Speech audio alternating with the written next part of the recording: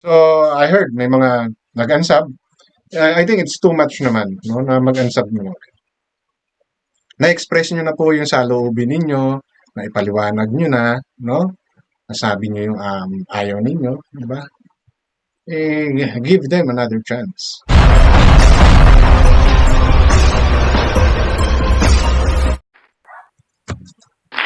Alright. So, isa na naman pong video ang ating gagawin, ang aking bibigyan ng reaction, no? At ito ay may kinalaman, no, doon sa naging content, no, ni Tech Jolly o ni Tech Lito na marami ang medyo sabihin na nating tumaas ang kilay, di ba? Dahil sa tema ng kanilang pagpaprank. No, wala pong masama sa pagpaprank. Okay?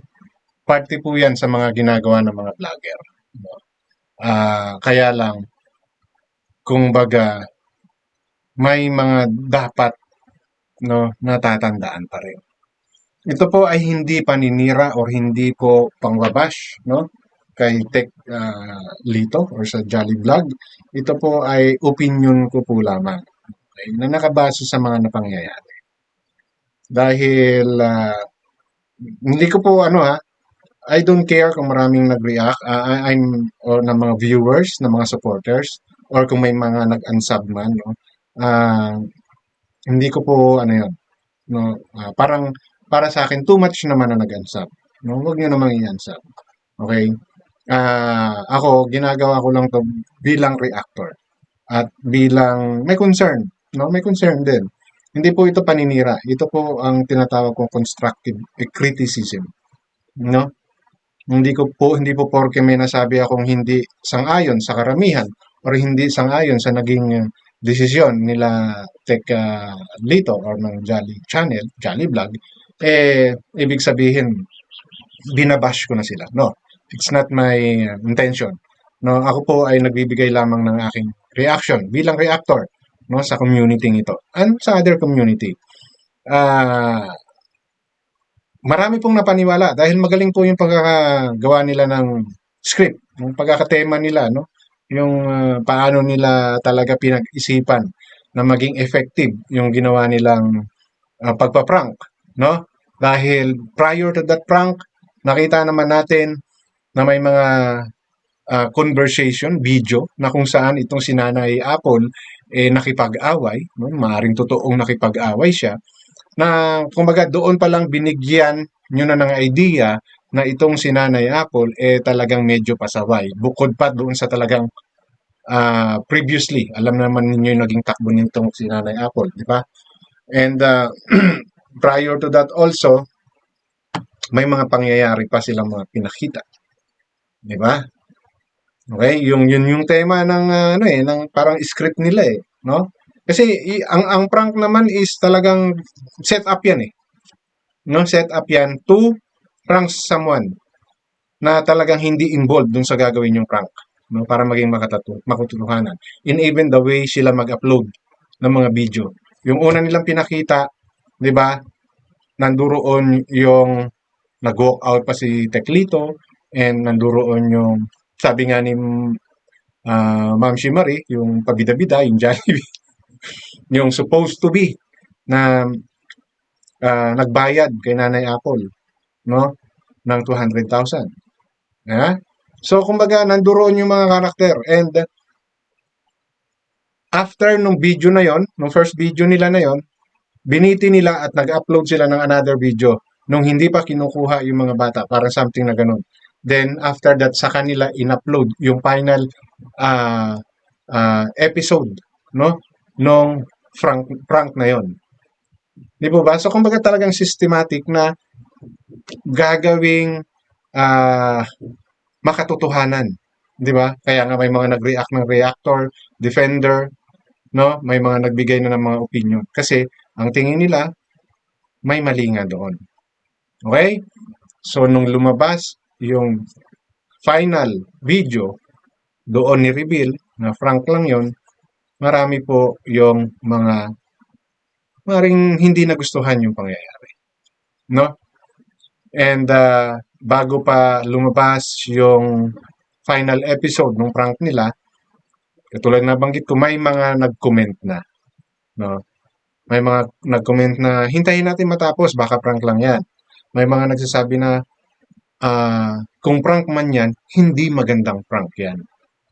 Kasi marami ang mga hinay blood. No, marami yung mga hinay blood. Marami yung talagang nagalit doon sa babae.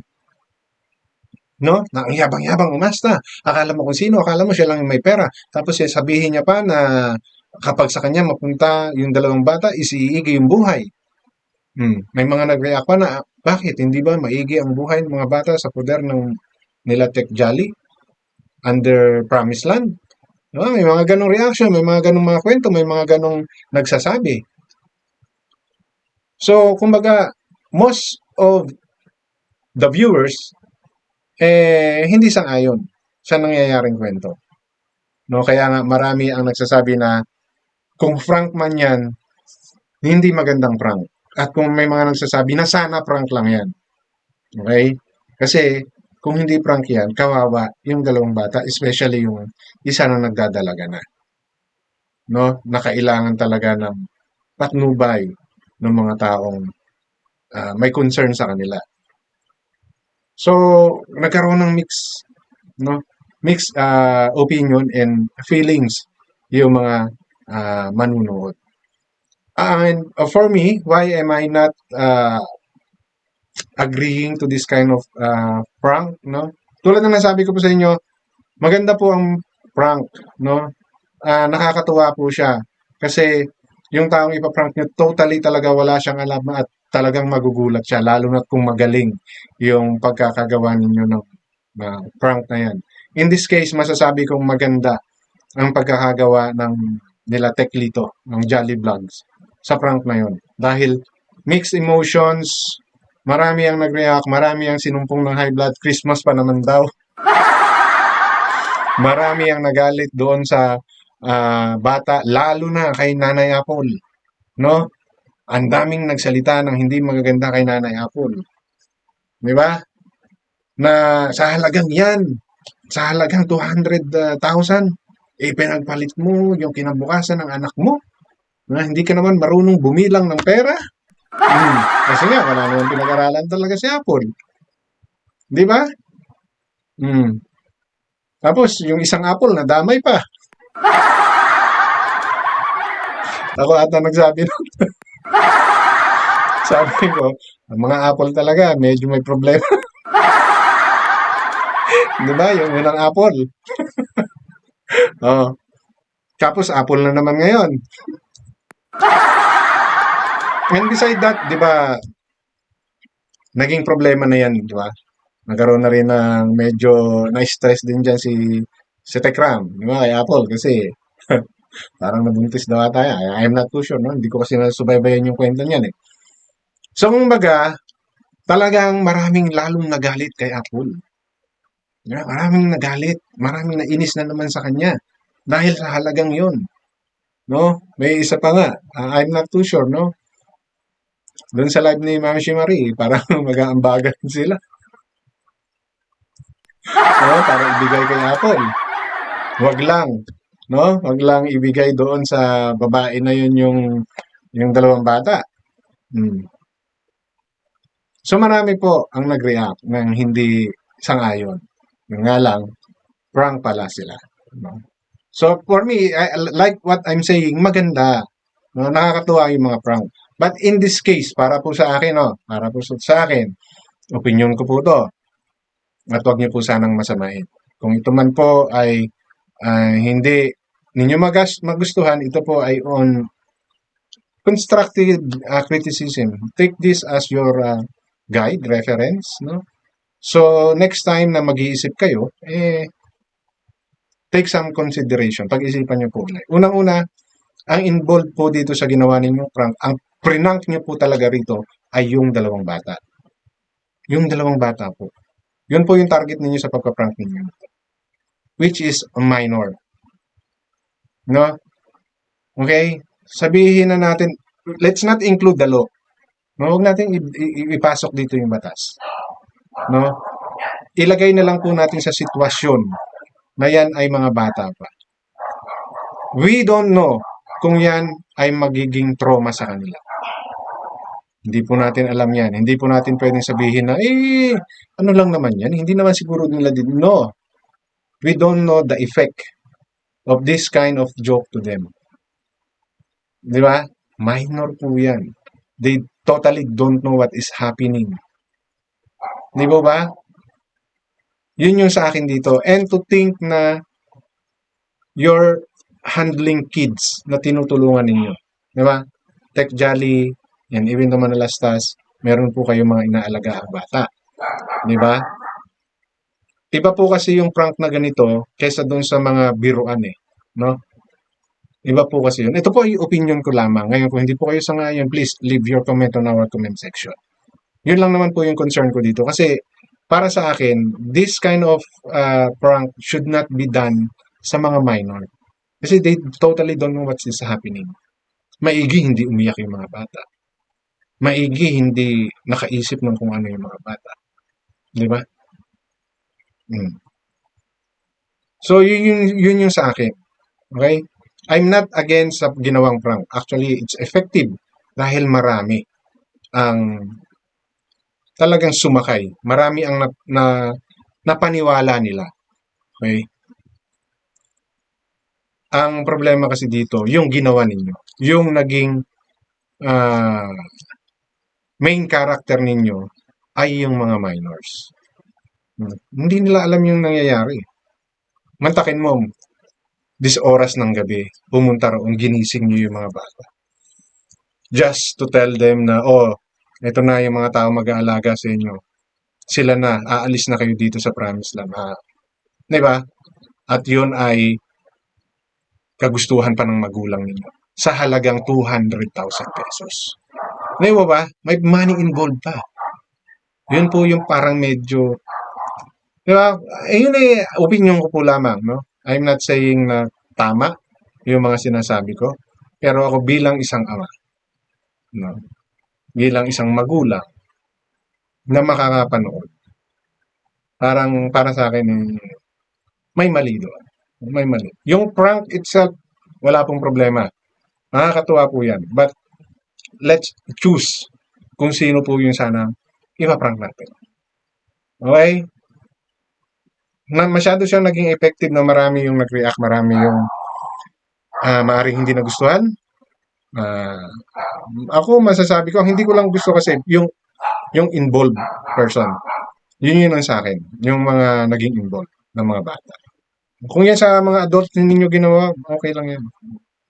So maybe ang iniisip nila mas effective kung yung bata nga ang gagawin. So it's for the content. May mga nagsasabing ganun eh. Kasi kung this is for the content, pangit na content. To think na humanitarian ang inyong tumutulong kayo sa mga bata. Diba? So may mga ganun akong mga nababasang mga comment sa comment section. Di po ba? So I heard may mga nag-unsub. I think it's too much naman, no, na mag-unsub nyo. Na-express nyo na po yung saloobin ninyo, na ipaliwanag nyo na, no? Nasabi nyo yung ayaw ninyo, di ba? Give them another chance. Malay ninyo, sa kagustuhan lang nilang maging effective, kaya ganun yung ginawa nila. Ang akin nga lang, tulad ng sinasabi ko, ang mali lang doon is yung involved sa pranks na ginawa ninyo ay medyo minor and bata no? Wag naman natin baliwalain. Alam ko naman na hindi niyo binabaliwala, kaya lang kasi yung yung tema, no? It may cause trauma, 'di ba? Hindi natin alam kung ano yung magiging epekto sa bata na 'yon. If they will take these things seriously, 'di ba? We don't know. It's okay kung para sa kanila na hindi makaapekto sa kanila. What if? 'Di ba? Minor 'yan, bata pa 'yan. So hindi natin alam kung ano yung magiging reaction sa kanila. So yun lang po yung gusto kong i-share, no? Hindi po ito pangbabash sa Jolly Vlog channel. Okay, nila Tik Lito or sa asawa niya kay Ma'am Janet. This is not bashing. This is just my observations doon sa nangyaring pagpa-prank ninyo. Tulad ng sinasabi ko, effective siya kasi marami yung naapektuhan, marami yung nag-react. And I'm one of those. But my concern here is yung well-being ng mga bata. Alam ko din naman na concern kayo sa mga bata, di ba? Pero at some point, yun lang yung aking observation, no? Na sana hindi nyo ginamit yung mga bata. Kasi kahit na I don't know, kung yan ba ay pwedeng magkaroon ng problema sa DSWD if there's someone, no? We don't know, no? Doon sa mga nag-react, we don't know kung okay lang sa kanila yun. Di ba? Paano kung may mga mag-question sa DSWD? Yun lang yung sa akin. No? Yun yung concern ko doon. Okay? And kung bago pa nga lang pala kayo sa aking channel, don't forget to subscribe and hit the notification bell para maging aware kayo sa aking mga upcoming content. Any comment, suggestion, recommendation with regards dito sa ating pinag-usapan sa video ko na to, leave it on our comment section. Malay nyo, may mga maunawaan at maintindihan din ako sa inyong mga paliwanag. Dahil nagbigay po ako ng opinion ko, you're free to give your opinion on my comment section. If you want, we can talk this on my live stream. Okay, so hanggang dito na lamang. Maraming salamat.